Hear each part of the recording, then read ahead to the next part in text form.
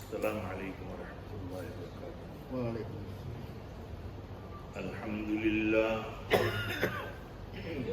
الحمد للہ نحمده ونستعینه ونستغفره ونؤمن به ونتوکل علیہ ونعوذ باللہ من شرور انفسنا ومن سیئات اعمالنا من يهده الله فلا مضل له ومن يضلله فلا هادي له ونشهد أن لا إله إلا الله وحده لا شريك له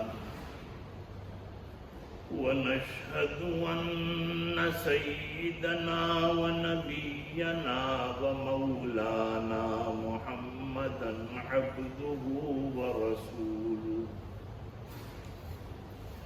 صلى الله تعالى على خير خلقه محمد وآله وأصحابه أجمعين،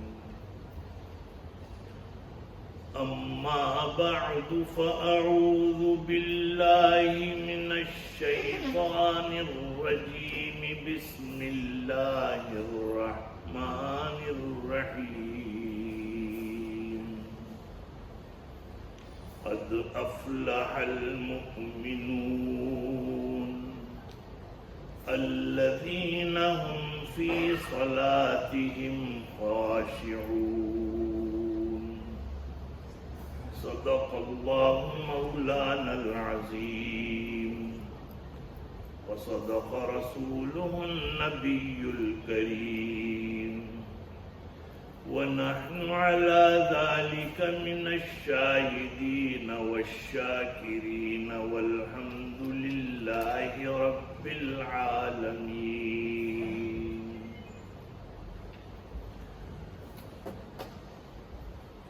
بزرگان محترم اور برادران عزیز،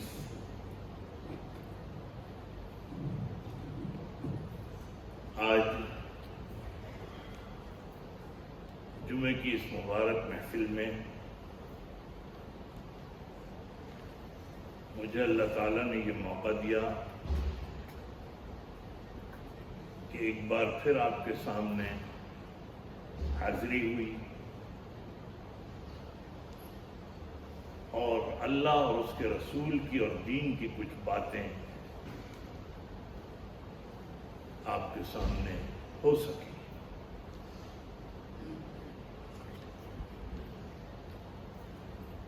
ایسے موقع پر کہ جب کہیں پر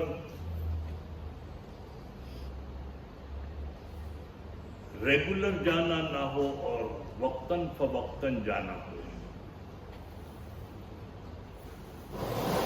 تو ایک مسئلہ یہ ہوتا ہے کہ کون سا موضوع اختیار کیا جائے، کون سی بات کی جائے۔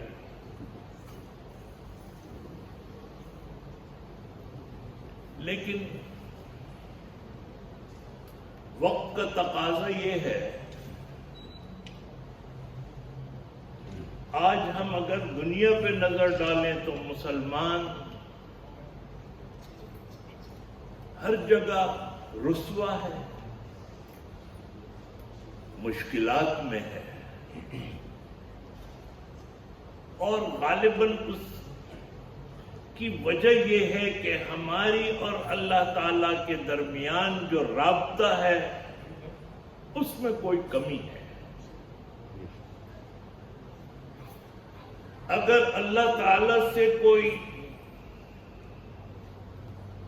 صدق دل سے رابطہ ہو جائے تو یقیناً اللہ تعالیٰ بھی اپنے بندے سے ناراض نہیں ہوتے، لیکن اگر اللہ تعالی ہماری دعاؤں کو نہیں سنتے تو یہ ان کا اظہار کا ایک طریقہ ہے کہ کوئی کمی ہے؟ تو میں نے یہ سوچتے ہوئے سورہ مؤمنون کی انیشل آیات تلاوت کی ہیں۔ اگر مؤمن کو کامیابی چاہیے اس دنیا میں اور آخرت میں، تو اس کا ایک ہی طریقہ ہے کہ ہم اپنی نمازوں میں خشوع پیدا کریں۔ فرمائے کہ قد افلح المؤمنون الذین هم فی صلاتهم خاشعون۔ اگر اپنی نمازوں میں خشوع پیدا کریں اور سنسیریٹی پیدا کریں اور پیورٹی پیدا کریں تو یقیناً ہمارا رابطہ اللہ تعالی سے بہتر ہوگا۔ آپ نے دو لفظ سنے ہوں گے، خشوع اور خضوع۔ خشوع ہے شین سے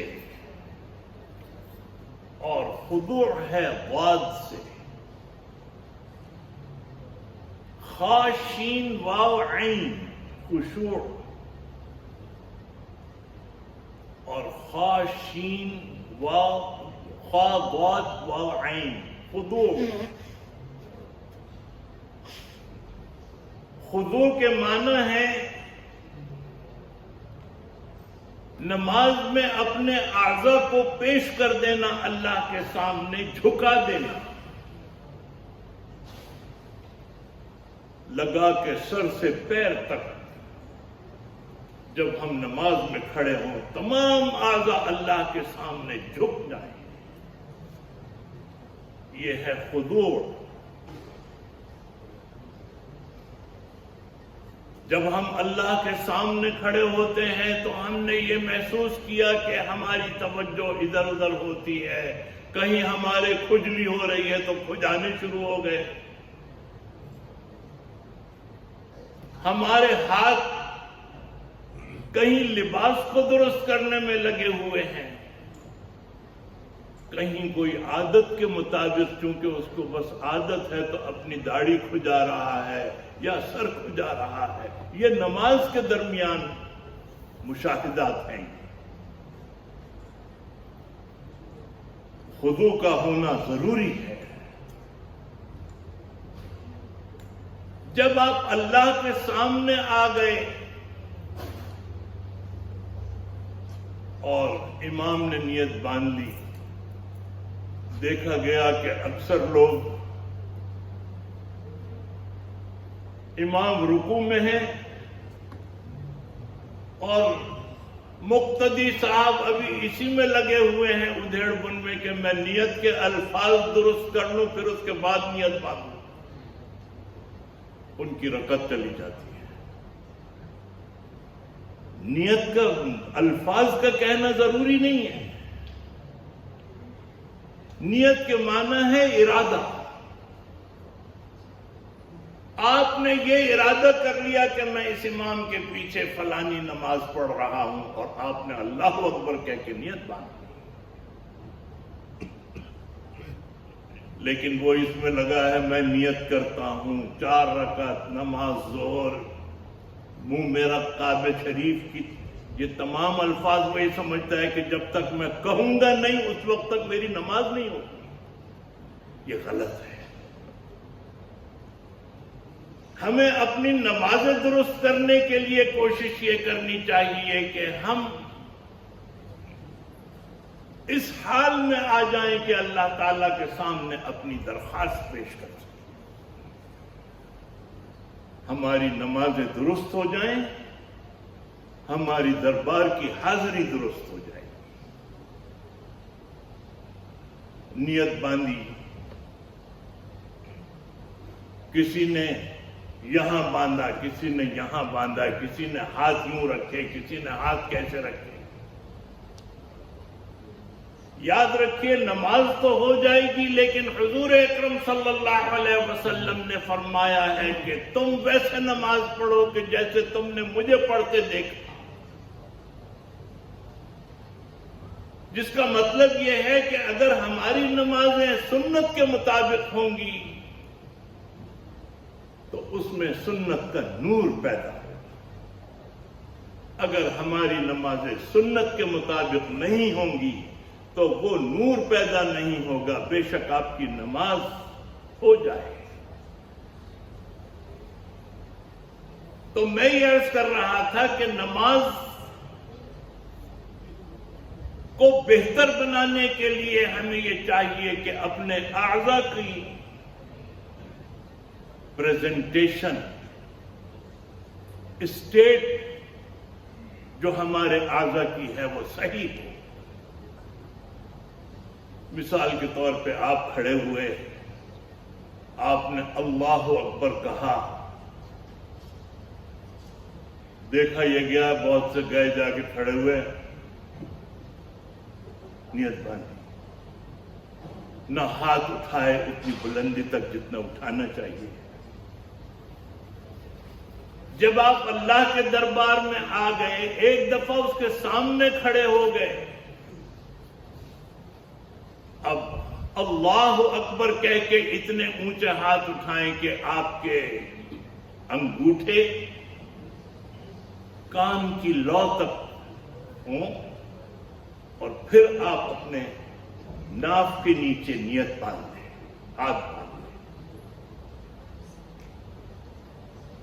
جب آپ سنت کے مطابق نماز پڑھنا شروع کریں گے، آپ محسوس کریں گے کہ آپ کے دل میں وہ نور آ رہا ہے۔ مثال کے طور پہ نماز کے لیے تو تیاری وضو ہے، ہم اور آپ وضو کرتے ہیں، کتنے ذرا یہ سوچتے ہیں اس حضور اکرم صلی اللہ علیہ وسلم کی حدیث کے بارے میں کہ جس میں آپ نے فرمایا کہ جس وقت ہم وضو کرتے ہیں ایک ایک عضو ہمارا جو ہے وہ گناہوں سے دھل جاتا ہے۔ ہم نے کبھی یہ محسوس کیا کہ جب ہم ہاتھ دھو رہے ہیں تو ہمارے گناہ اس کے ساتھ دھل کے نکل رہے ہیں؟ نہیں۔ اگر یہ ہم محسوس کریں تو ہم دیکھیں گے کہ ہمارے وضو میں بھی خشوع پیدا ہوگا اور ہماری نمازوں میں بھی خشوع آ جائے گی۔ خضوع وہ ہے کہ جو ہمارے اعضاء ہیں وہ بھی اللہ تعالیٰ کے سامنے جھکا دیں۔ مثال کے طور پہ پیروں کا رخ قبلے کی طرف ہو، جب آپ سجدے میں جائیں، جب آپ رکوع کریں، جب آپ سمیع اللہ لمن حمیدہ کہہ کے قومے میں کھڑے ہوں، یہ تمام ارکان نماز کے ایسے ہیں کہ جب آپ اس کو سنت کے مطابق ادا کریں گے تو آپ یہ دیکھیں گے کہ سنت کا نور آپ کی نمازوں میں آنا شروع ہو جائے گا۔ اور جب تک ہمارا خضوع صحیح نہیں ہوگا اس وقت تک خشوع حاصل نہیں ہو سکتا۔ اور خشوع کیا ہے؟ خشوع یہ ہے کہ آپ جب اللہ تعالیٰ کے سامنے آئیں تو آپ یہ دیکھیں کہ آپ اللہ کو دیکھ رہے ہیں اور نہیں تو اللہ تعالیٰ آپ کو دیکھ رہا ہے۔ یہ سب سے اچھی کیفیت خشوع کی ہے کہ اگر آپ کو یہ محسوس ہو جائے نماز میں کہ اللہ تعالیٰ آپ کو دیکھ رہے ہیں۔ یہ حاصل ہوگا جب آپ کے خضوع حاصل ہوگا۔ یہ نہیں کہ نیت باندھی اور ادھر کھجانا شروع کر دیا، ادھر کھجانا شروع کر دیا۔ جب ہم اس طریقے سے ہمارا خضوع ہوگا تو خشوع بھی معاف کیجیے گا ایسا ہوگا، ہم نیت باندھتے ہیں، کئی بزنس میں پہنچ گئے، کئی آفس کے مسائل سلجھانے لگے۔ ایک صاحب نے تو مجھ سے یہاں تک کہا کہ حضرت نماز کی برکت سے میرے مسائل حل ہو رہے ہیں۔ میں نے کہا اچھا، بڑی اچھی بات ہے بھائی، سبحان اللہ۔ کہنے لگے کہ جتنے مسائل میرے بزنس میں آتے ہیں میں سوچتا ہوں کہ نماز میں سوچوں گا. کہتے ہیں میں نماز میں سوچتا ہوں اور مجھے مسائل حل ہوتے چلے جاتے ہیں. لا حول ولا قوت الا باللہ. ارے نماز وہ جگہ نہیں ہے کہ تو اپنے مسائل سوچنے لگے. تجھے آخرت کی فکر نہیں؟ تو نے ترجیح دی ہے اپنے بزنس کو اور اپنے معاملات کو نماز کے اوپر. اس لیے نمازوں کی کوالٹی اچھی ہونی چاہیے. ہمیں اپنی نمازیں درست کرنی چاہیے. آج اگر ہم اپنی نمازوں پر توجہ نہ دیں، آج اگر ہم اپنی عبادتوں پر توجہ نہ دیں اور یہ چاہیں کہ اللہ تعالیٰ سے ہم جو مانگے وہ ہمیں مل جائے، ہم محسوس کرتے ہیں کہ بڑے بڑے اجتماعات ہو رہے ہیں، دعائیں ہو رہی ہیں، حرم شریف میں دعائیں ہو رہی ہیں. پھر کیا وجہ ہے؟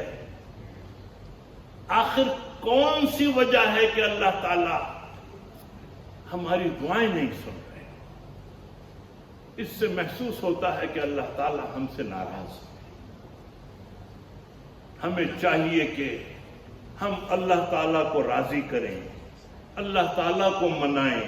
اس کا ایک ہی طریقہ ہے کہ ہم اپنی نمازوں کو درست کریں.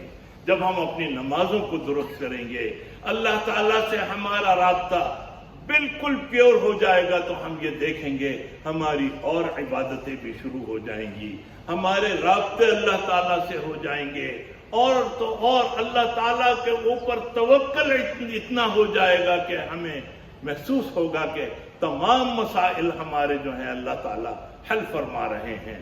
یہی وجہ ہے ہمیں چاہیے کہ اپنی نمازوں کو درست کریں، نماز میں خشوع و خضوع پیدا کریں. اور جب یہ ہوگا تو پھر آپ کو نہ کوئی تکلیف ہوگی. بہلول سے کسی نے پوچھا کہ بہلول کیا حال ہے؟ اس نے کہا کہ کیا حال پوچھتا ہے اس کا کہ جس کی مرضی پہ پوری دنیا چل رہی. اس نے کہا استغفر اللہ، تو ایسی باتیں کرتا ہے، خدائی کا دعویٰ کر رہا. اس نے کہا نہیں، اصل میں نے اللہ کی مرضی پہ اپنی مرضی کو ختم کر دیا. جب میں نے اللہ کی مرضی پہ اپنی مرضی کو ختم کر دیا تو جو کچھ ہو رہا ہے اللہ کی مرضی سے میں سمجھتا ہوں وہ میری مرضی سے. جب ہم اللہ سے ایسا رابطہ کر لیں گے، ہمارا توکل ایسا ہو جائے گا، ہم بھی محسوس کریں گے کہ اللہ ہمارے سے راضی ہو گیا. یہ وہ چند چیزیں ہیں جو ہماری زندگی میں آنی ضروری ہیں. ہم یہ دیکھیں گے ایک دفعہ اللہ ہم سے راضی ہو گیا، نہ ہمیں کسی سے کوئی شکایت ہوگی، نہ ہمارے اخلاق سے کسی کو کوئی شکایت ہوگی. اللہ تعالی ہمارے اخلاق درست فرمائیں گے، ہمارے اعمال درست فرمائیں گے. قرآن کریم میں ہے، فرمایا کہ یا ایھا الذین آمنوا قولوا قولا سدیدا. سیدھی بات کرو. اللہ تعالیٰ فرماتے ہیں کہ تم دو کام کرو، میں دو کام کروں گا. قولوا قولا سدیدا، ایک تو سیدھی بات، یا ایھا الذین آمنوا اتقوا اللہ، اور ایک تقوی پیدا کرو اور سیدھی بات کرو. یہ دو کام تمہارے. اللہ تعالیٰ فرماتے ہیں باقی دو کام میں کروں گا. وہ کیا ہیں؟ فرمایا کہ یا ایھا الذین آمنوا اتقوا اللہ وقولوا قولا سدیدا یصلح لکم اعمالکم ویغفر لکم ذنوبکم. اللہ تعالیٰ فرما رہے ہیں کہ تم یہ دو کام کرو، میں تمہارے اعمال کو درست کروں گا اور میں تمہارے گناہوں کو بخش دوں گا. ہم یہ سگوں کو برداشت کرنے کے لیے نہیں ہے. ہمارے الفاظ یہ ہوتے ہیں، میں غلط بات برداشت کر نہیں سکتا، کیا کمال کیا؟ کون کر سکتا ہے؟ برداشت کرنا اسی کا تو نام ہے. اگر آپ غلط بات برداشت نہیں کر سکتے تو کون سی انسانیت ہے؟ برداشت کرنا نام ہی اس کا ہے کہ جو غلط کو برداشت کرے. وہ کہتے ہیں کہ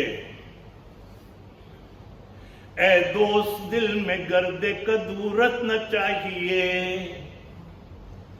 اے دوست دل میں گرد کدورت نہ چاہیے، اچھے سے کیا برے سے بھی نفرت نہ چاہیے.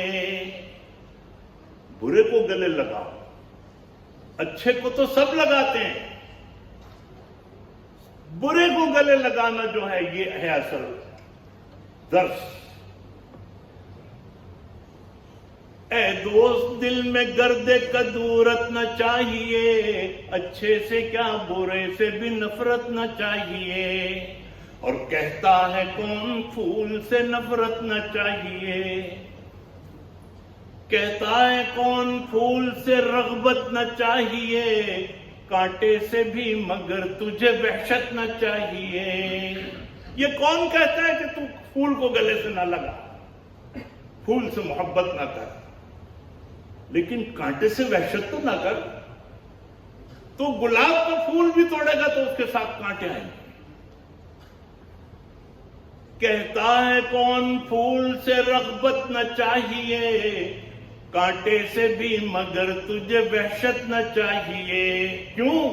کانٹے کی رگ میں بھی ہے لہو سبزہ زار کا، کانٹے کی رگ میں بھی ہے لہو سبزہ زار کا، پالا ہوا ہے یہ بھی نسیم بہار کا. جب تک ہماری عبادتیں درست نہیں ہوں گی، ہمارا اللہ پر توکل نہیں ہوگا، اللہ پر ہمارا توکل نہیں ہوگا، لوگوں سے معاملات ہمارے اچھے نہیں ہوں گے اور ہمارے دل برے رہیں گے.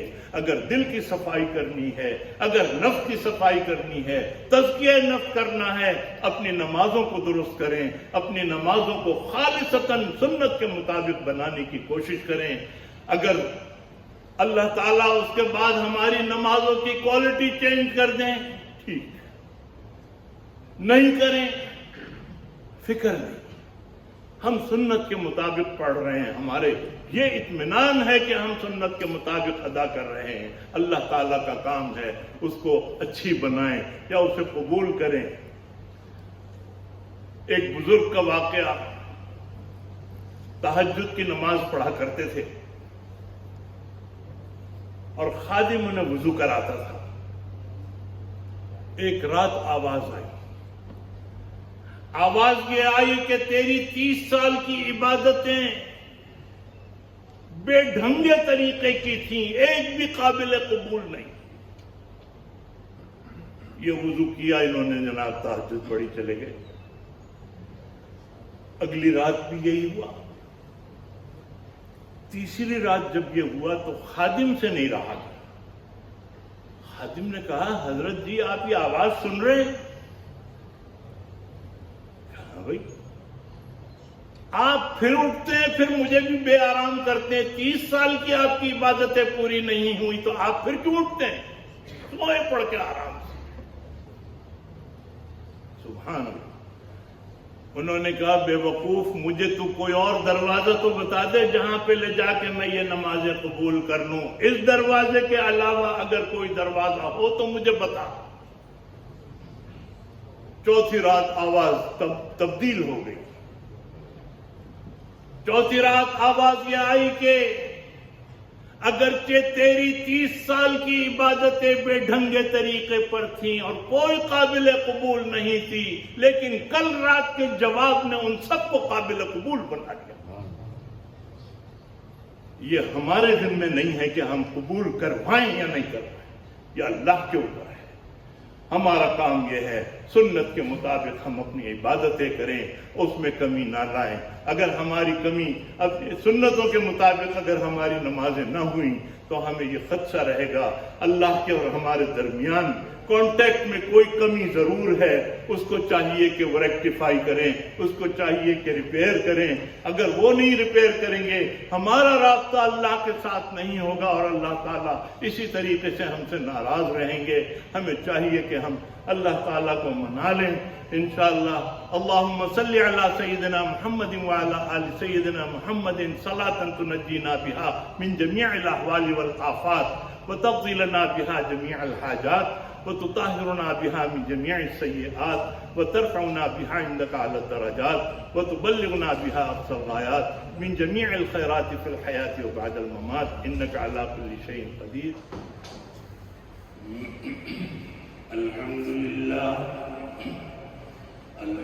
لله الذي خلق الإنسان من طين ثم يعيده إليه ثم يخرجه فهو المبدئ المعيد. يصل من ماء السلالة نسل الحيوان وركبه في الإيجاد كما يريد. وخص بكمال العقل من اصطفى من العبيد ومنع من خذله بمشيته فهو عن طريق الحق يحيد.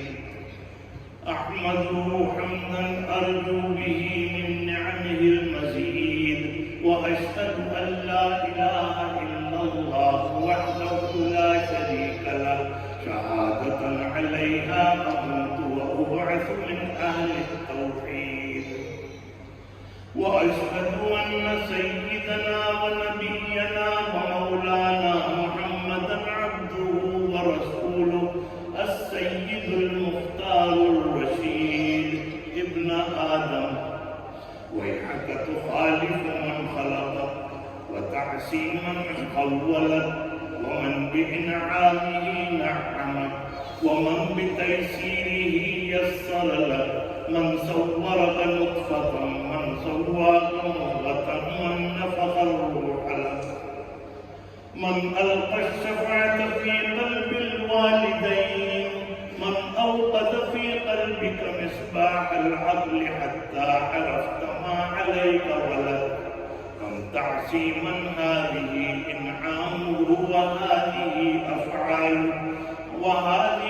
أفعاله ما أغفلك. كم تعامل التوبة بالتسويف ما أبطلك. هذا مقام الأحزان هل لك في مرافقة هل لك غاف بك تطلع الشمس وعند غروبها يقال لك ازرع بذر التوبة واسقها بماء العذراء قبل أن تهلك مع من هلك. نسأل الله العظيم المولى الكريم أن يتداركنا برحمته وأن يميتنا مسلمين ويغفر لنا أجمعين برحمته وهو أرحم الراحمين. والحمد لله رب العالمين. أعوذ بالله من الشيطان الرجيم. يا أيها الإنسان ما غرك بربك الكريم الذي خلقك فسواك فعدلك في أي صورة ما شاء ركبك.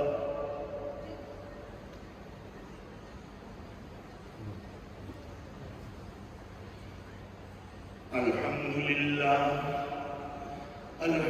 لله حمدا كثيرا كما أمر. وأشهد أن لا إله إلا الله وحده لا شريك له إرغاما لمن جحد به وكفر.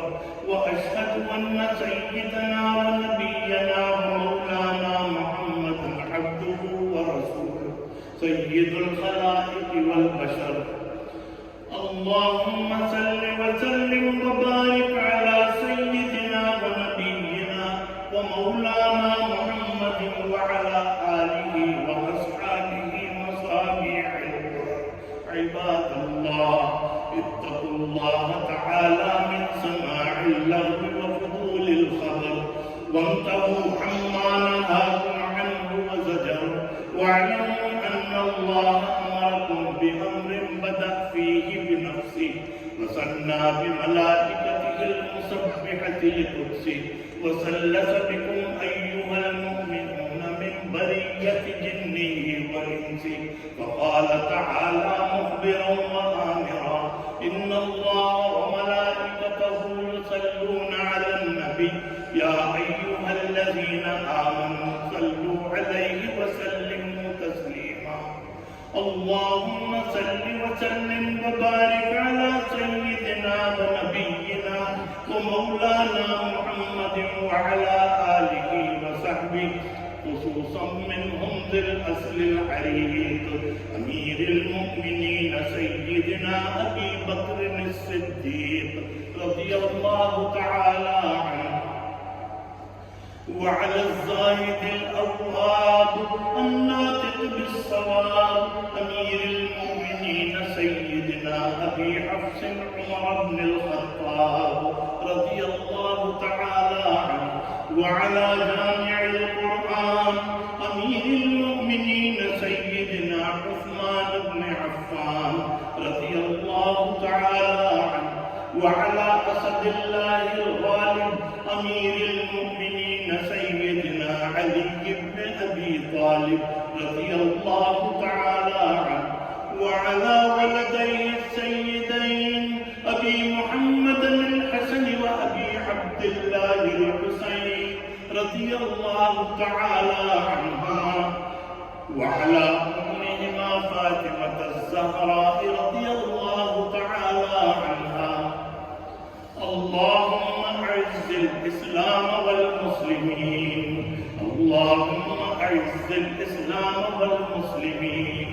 اللهم أعز الإسلام والمسلمين اللهم إنا نسألك بأسمائك الحسنى وصفاتك العلى أن تدفع عن الوباء وأن تكشف عن البلاء اللهم اكشف عنا كورونا اللهم اكشف عنا كورونا اللهم اكشف عنا كورونا في كل بلاد اللهم أهلك أعداء الإسلام وأعداء المسلمين اللهم أهلك الكفرة والمنافقين والمشركين اللهم شتت شملهم اللهم مزق جمعهم اللهم دمر ديارهم اللهم انصر من نصر الدين واخذل من خذل المسلمين واكتب اللهم الستر والسلامة